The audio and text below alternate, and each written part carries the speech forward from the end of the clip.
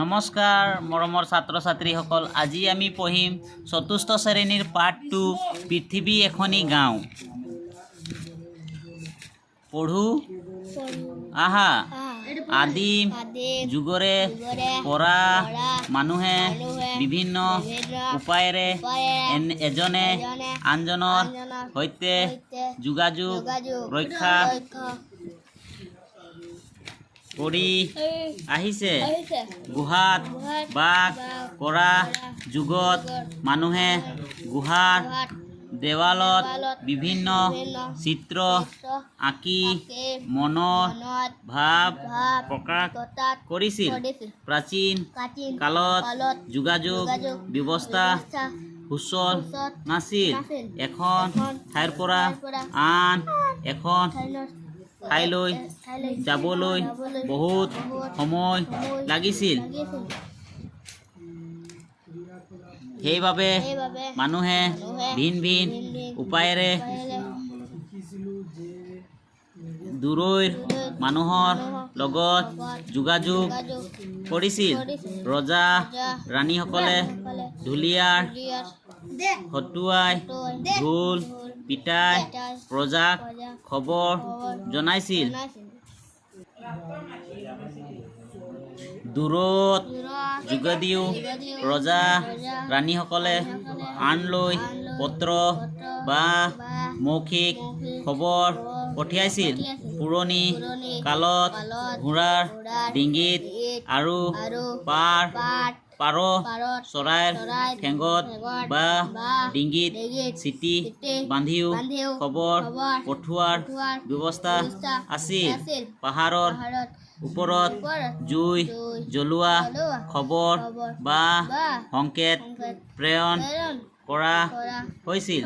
কুন্দিল ৰজাৰ কন্যা ৰুক্মণীয়ে শ্ৰীকৃষ্ণলৈ পত্ৰ পঠিয়াইছিল বুলি জনা যায়। পত্ৰবাহকজনৰ নাম আছিল বেদনিধি। তোমালোকে সম্ৰাট অশোকৰ নাম নিশ্চয় শুনিছা। মহামতি অশোকে শিলৰ ফলিত জনসাধাৰণৰ বাবে বিভিন্ন বাৰ্তা লিখাইছিল। তেওঁ শ্ৰীলংকা শাসনকালত ৰজাই পঠিওৱা দূতসকলক কটকী বুলি কোৱা হৈছিল।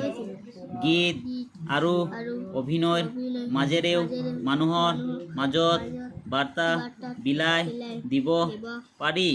মহাপুৰুষ শংকৰদেৱে গীত নাটৰ মাধ্যমেৰে ধৰ্ম প্ৰচাৰ কৰিছিল। আমাৰ স্বাধীনতা আন্দোলনৰ সময়ত ৰচনা কৰা দেশপ্ৰেমীমূলক গীতবোৰে জনসাধাৰণৰ মনত দেশপ্ৰেমৰ ভাৱ জগাই তুলিছিল। বৰ্তমান কালত যোগাযোগ ব্যৱস্থা আগতকৈ বহু উন্নত হৈছে। আজিকালি কম সময়ৰ ভিতৰতে আমি পৃথিৱীৰ যিকোনো ঠাইত থকা ব্যক্তিৰ সৈতে যোগাযোগ কৰিব পাৰোঁ।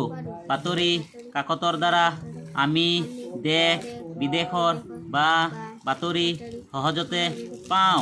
সেইদৰে ৰেডিঅ' টেলিভিছন আদিও সমগ্ৰ পৃথিৱীৰ খবৰ আমালৈ লৈ আহে।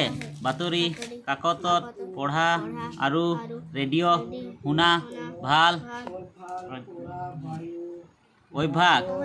আজিৰ দিনত ইণ্টাৰনেটৰ জৰিয়তেও পৃথিৱীৰ সকলো খবৰ মুহূৰ্ততে পাব পাৰি। লগতে আনৰ লগত যোগাযোগো ৰক্ষা কৰিব পাৰি। আজিকালি ইণ্টাৰনেটে যোগাযোগ ব্যৱস্থা অধিক খৰতকীয়া কৰি তুলিছে।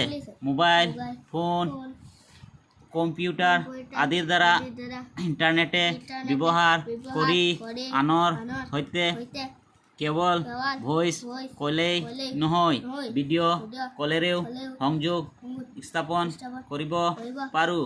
বিভিন্ন ৱেবছাইট আৰু এপৰ জৰিয়তে আমি অনায়াসে পৃথিৱীৰ যিকোনো কোণত বহি ঘটনাৰ পোনপটীয়া সম্প্ৰচাৰ প্ৰত্যক্ষ কৰিব পাৰোঁ। আমেৰিকাত হৈ থকা খেল এখন ঘৰতে বহি চাব পাৰোঁ।